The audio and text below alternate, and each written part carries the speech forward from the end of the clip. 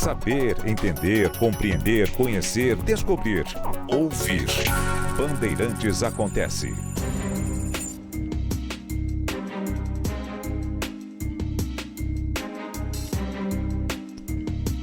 A única coisa estranha no primeiro turno da eleição presidencial argentina é uma parte significativa da imprensa, inclusive brasileira, uma parte significativa afirmar que o resultado foi surpreendente. Então, isso realmente surpreende, dizerem que o resultado é surpreendente.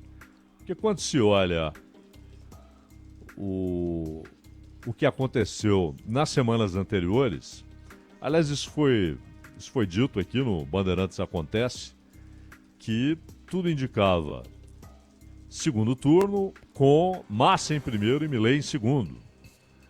Então não há surpresa que os dois avancem para o segundo turno e nem surpresa que Massa tenha sido mais votado no primeiro turno.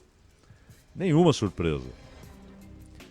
E olha, ele conseguiu uma diferença para o Milei nesse primeiro turno de quase 7 pontos. Ficou ali na casa de 6,5 pontos, né? E é bom lembrar que se ele chega aos 40% dos votos, com uma diferença de 10 pontos percentuais para o Milei, ele teria vencido no primeiro turno. Ele ficou com 36,7%, o Milei com quase 30%, mas o fato é que esse era o cenário visto como mais factível. E foi o que se confirmou, então não há nada de surpreendente. O Milei e o Massa eram crianças, quase na adolescência. O Milei é 2 anos mais velho, quando acabou a sanguinária, corrupta e incompetente ditadura militar argentina, mas acima de tudo sanguinária, assassina. Eles eram ainda crianças, indo para a adolescência, então mais ouviram falar do que viveram, né? Na escola, no trabalho, nem trabalhavam, não estavam no ambiente adulto, mas obviamente ouviam os comentários domésticos a respeito do regime. E também assistiram, como uma criança consegue assistir, ao que aconteceu nas Malvinas, né? A guerra em 82, quando o Massa estava ali com 10 anos, o Milei estava indo para 12 anos. Quando acaba o regime, o Massa está com 11, o Milei com 13 anos. Raul Alfonsín assumiu no dia 10 de dezembro de 83. E depois disso, depois desse período terrível de mortos, desaparecidos, torturados, perseguidos, condenados sem julgamento, roubados, período em que houve crianças sequestradas para doações clandestinas, mães assassinadas em porões de tortura para que os filhos fossem levados.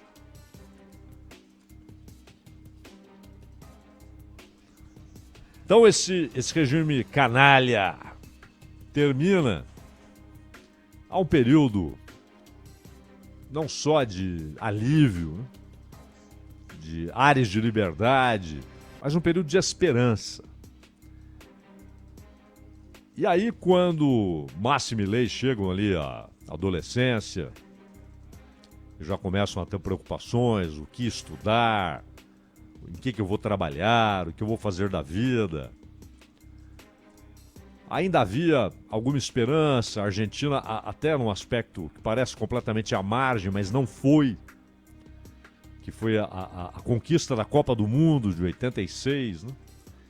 Aquilo parecia ser um sinal de um país renascido, de volta à liberdade, de volta à esperança, com um acréscimo especial, né? A vitória sobre a Inglaterra, 4 anos depois do que aconteceu nas Malvinas, e por isso Maradona se tornou um herói de guerra no imaginário argentino. Era como se ele tivesse afundado a esquadra inglesa naquele jogo contra a Inglaterra, e depois ainda com o bônus do título mundial. Mas rapidamente as coisas se deterioraram, tanto que Alfonsín entrega o cargo em julho de 89, deveria ter ido até dezembro, entrega em julho de 89, porque, dizia ele, não tinha mais o que fazer, ele não sabia mais o que fazer no combate à inflação, no combate à perda de poder aquisitivo e ao início do agravamento do que já havia há décadas, mas do agravamento, do empobrecimento de uma grande parte da sociedade argentina, mas era apenas o início. Carlos Menem chega e acaba, portanto, assumindo o mandato antes, e como veio o Instituto da Reeleição, Menem ficou 10 anos no poder. Houve uma redução do tempo de mandato, não eram mais 6 anos, mas ele ficou 10 anos no poder, 2 mandatos. E Menem fez aquilo que depois o Brasil fez de outra maneira, mas com o mesmo conceito: a dolarização dos preços gerais, ou seja, das mercadorias, da força de trabalho. Os salários foram dolarizados, mas principalmente os preços foram dolarizados, e combateu-se a indexação e fizeram uma associação artificial entre peso e dólar. Um peso valia $1. E é claro que não valia, não é? Se alguém pegasse 1.000 pesos e fosse até Nova York e oferecesse 1.000 pesos para alguém em troca de $1.000, ninguém daria $1.000 em troca daqueles 1.000 pesos. Era uma relação artificial que, aliás, ocorreu também com o real, mas sem essa trava rigorosa de 1 por 1. Sem a paridade. Era uma paridade não decretada, sugerida, e que durou algum tempo. Mas houve uma dolarização dos preços no Brasil. E os preços subiram. A inflação estabiliza-se, por isso os salários têm algum oxigênio, porque os preços ficam estabilizados, porém estabilizados lá em cima. Já não havia aquela degradação da moeda, degradação do poder de compra do trabalhador, degradação do poder de compra dos brasileiros por conta da inflação, mas os preços foram estacionados, estabilizados lá em cima. Na Argentina a mesma coisa, mas a Argentina passa a ter uma dificuldade muito grande com dívida externa, vira uma espécie de emblema da moratória. Já com Alfonsín havia ocorrido isso. O Sarney quase foi no mesmo caminho aqui no Brasil. E com Menem e com Fernando Henrique, a dívida começa a virar uma fonte de pressão. Fernando Henrique segura artificialmente a relação real e dólar até ser reeleito. Aliás, o Fernando Henrique não deveria ter se candidatado à reeleição. Houve a aprovação da possibilidade de reeleição, mas ele deveria ter dito: olha, quando eu fui eleito, não havia, então que passe a valer para o próximo. Mas, na verdade, todo o esforço foi exatamente para que ele pudesse ser reeleito, pudesse tentar a reeleição. E conseguiu, E em 98 segurou artificialmente a relação do real com o dólar. Em 99 tudo estourou. Tudo estourou. Na Argentina tiveram de fazer o corralito, segurando aquilo que pertence ao cliente do banco, o dinheiro, e ele não poderia sacar o seu dinheiro, a não ser com os limites estabelecidos pelo governo, que temia uma quebradeira geral dos bancos, porque achava que a corrida aos bancos encontraria uma oferta muito menor do que a demanda, e os bancos entrariam em colapso. Então fizeram o corralito. Mas ali já foi a desmoralização do plano do Domingo Cavallo. O Menem se enfraquece politicamente. E aí já é um nível de empobrecimento muito mais preocupante do que aquele do último ano do governo Raul Alfonsin. Então, dentro do peronismo, o partido de Menem, que é o Partido Justicialista, não era do Alfonsin, o Alfonsin era da União Cívica Radical, partido antiquíssimo, do final do século XIX, se não me engano, 1891, é o ano de fundação da União Cívica Radical, se não me falha a memória, 1891.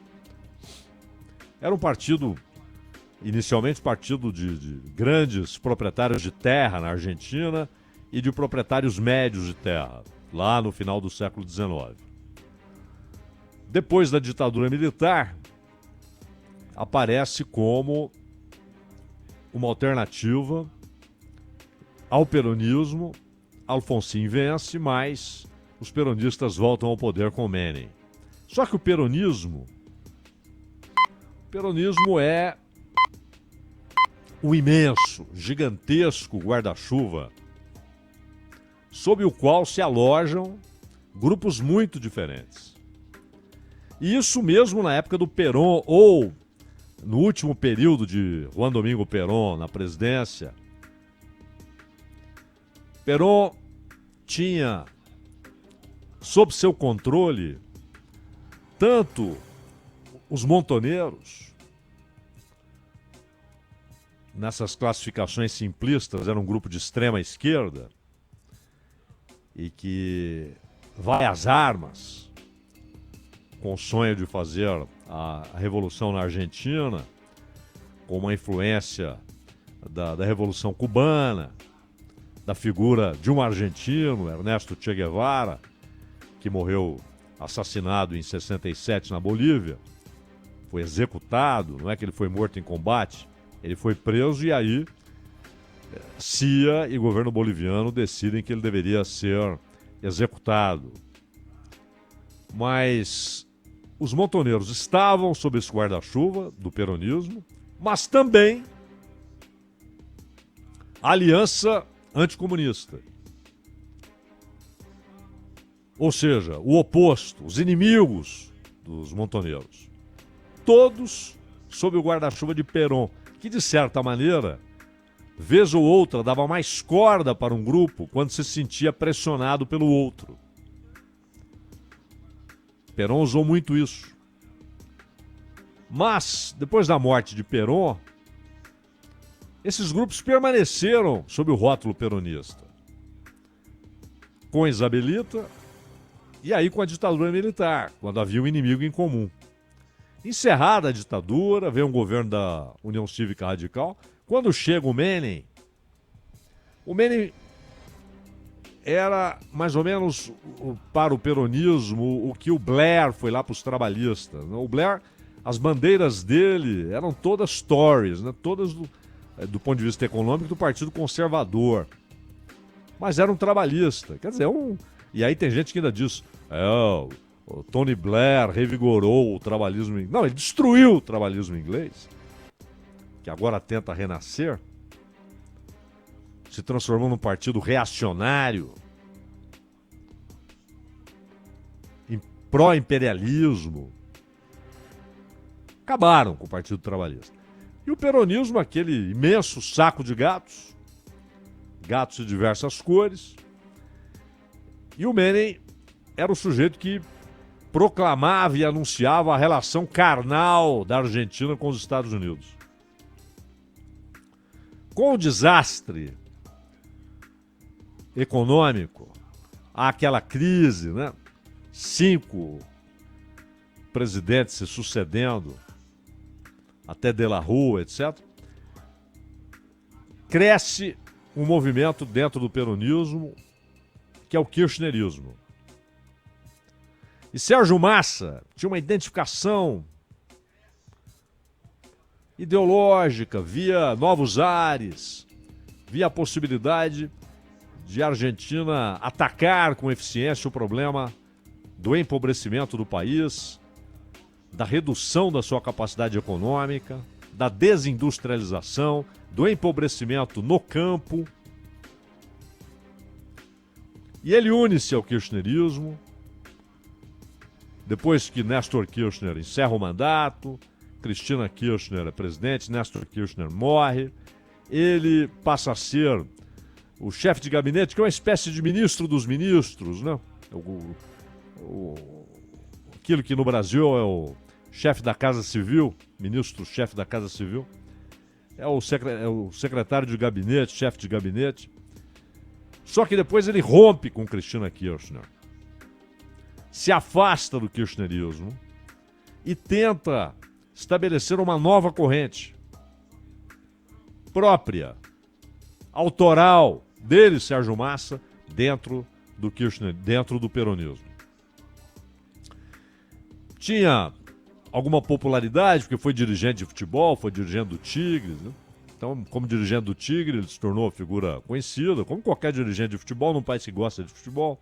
Time de primeira divisão, disputou até aquela final de Sul-Americana com o São Paulo. Sérgio Massa, na época, estava na direção do clube, era um dos dirigentes do Tigre. E vai para o seu voo próprio. Cristina termina muito mal o seu governo. Maurício Macri é eleito. Termina muito mal o seu governo, fazendo, aliás, o que dizia que não faria, congelando preços e fazendo um acordo com o FMI que resultou no empréstimo, claro, paulatino, né, solto, dinheiro liberado paulatinamente, mas na casa inicialmente de 56 bilhões de dólares. Valores inéditos num empréstimo como esse, desse tipo. Macri fracassa e volta o peronismo ao poder com uma figura que também havia rompido com Cristina Kirchner, Aníbal Fernandes. O Alberto Fernandes, o Aníbal Fernandes, era o sucessor do Massa na chefia de gabinete da Cristina Kirchner, o Aníbal Fernandes. Alberto Fernandes é eleito, porém, levou com ele na chapa alguém que tinha votos, o que ele não tinha. Levou Cristina Kirchner, que só não foi candidata à presidência pelos problemas que tinha de processos no judiciário argentino. Alguns bem complicados para ele escapar. O kirchnerismo volta, Máximo Kirchner vira a estrela do kirchnerismo no parlamento. O filho de Cristina e Néstor. Porém, de novo, a crise piora.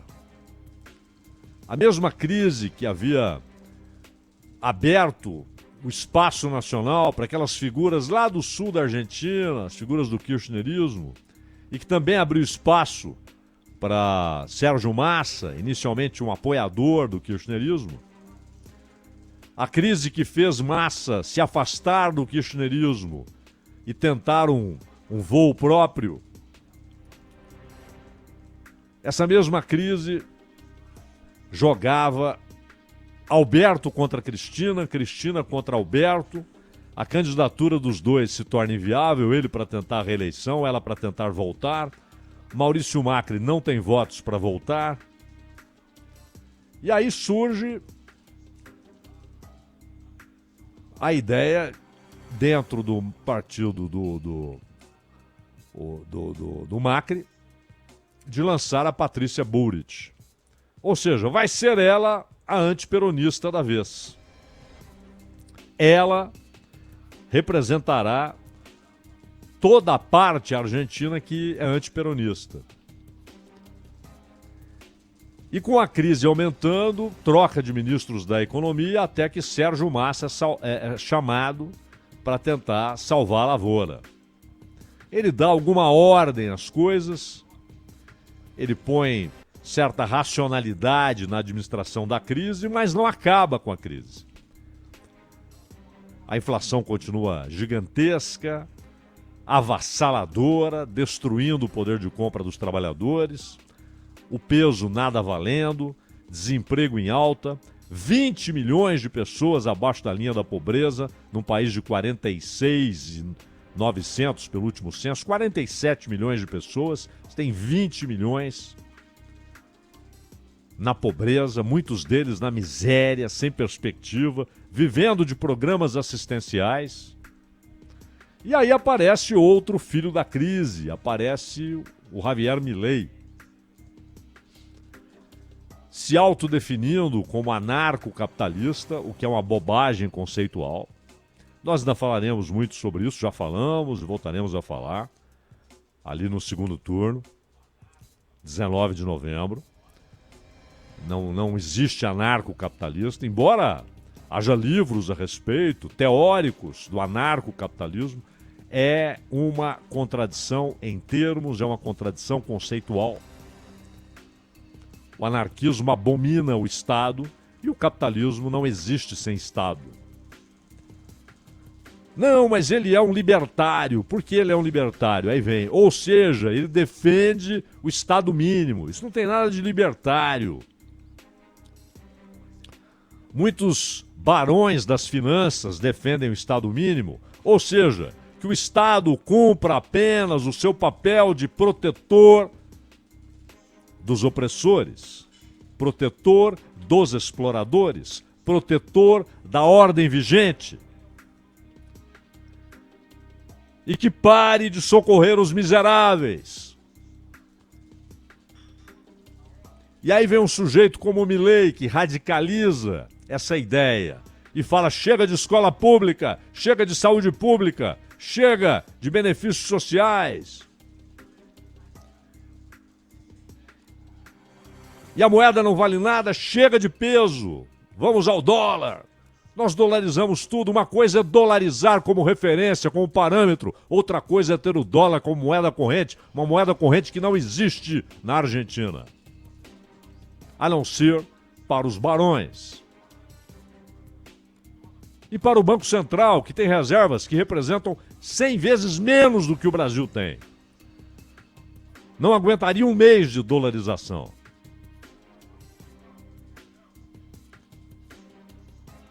Ah, é o Estado mínimo.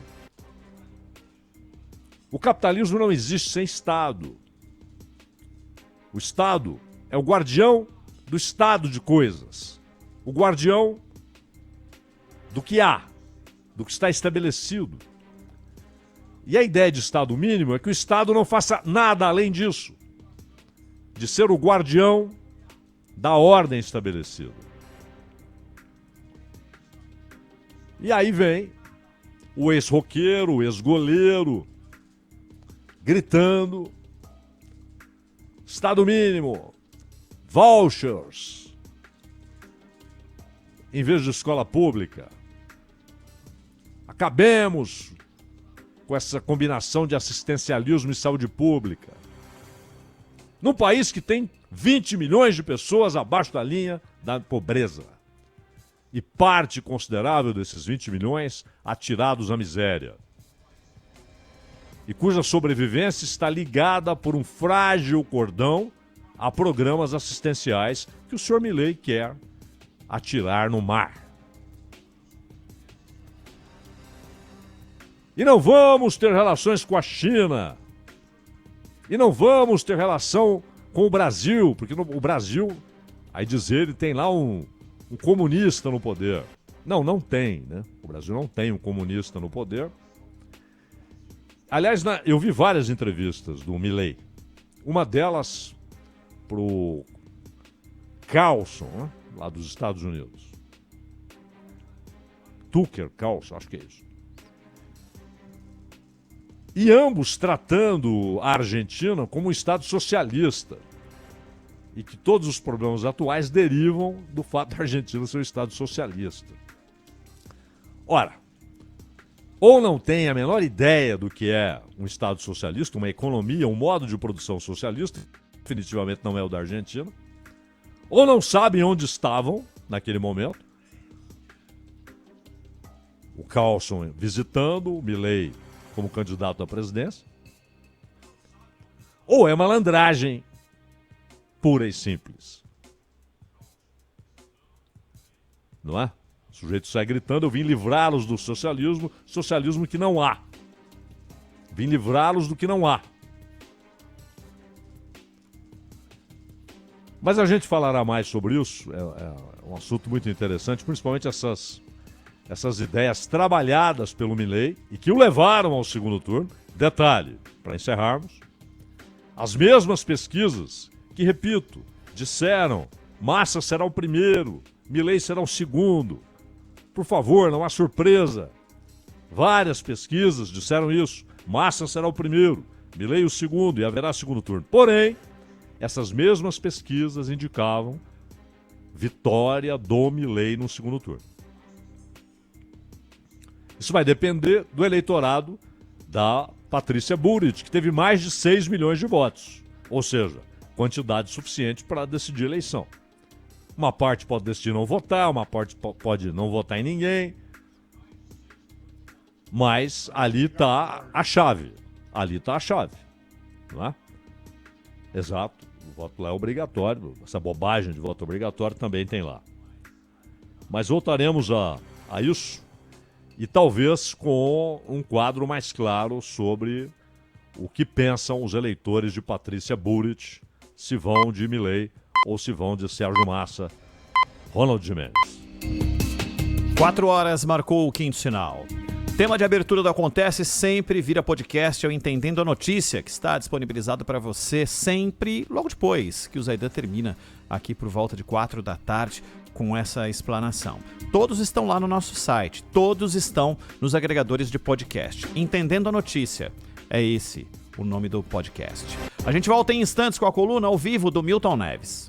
Rede Bandeirantes de Rádio.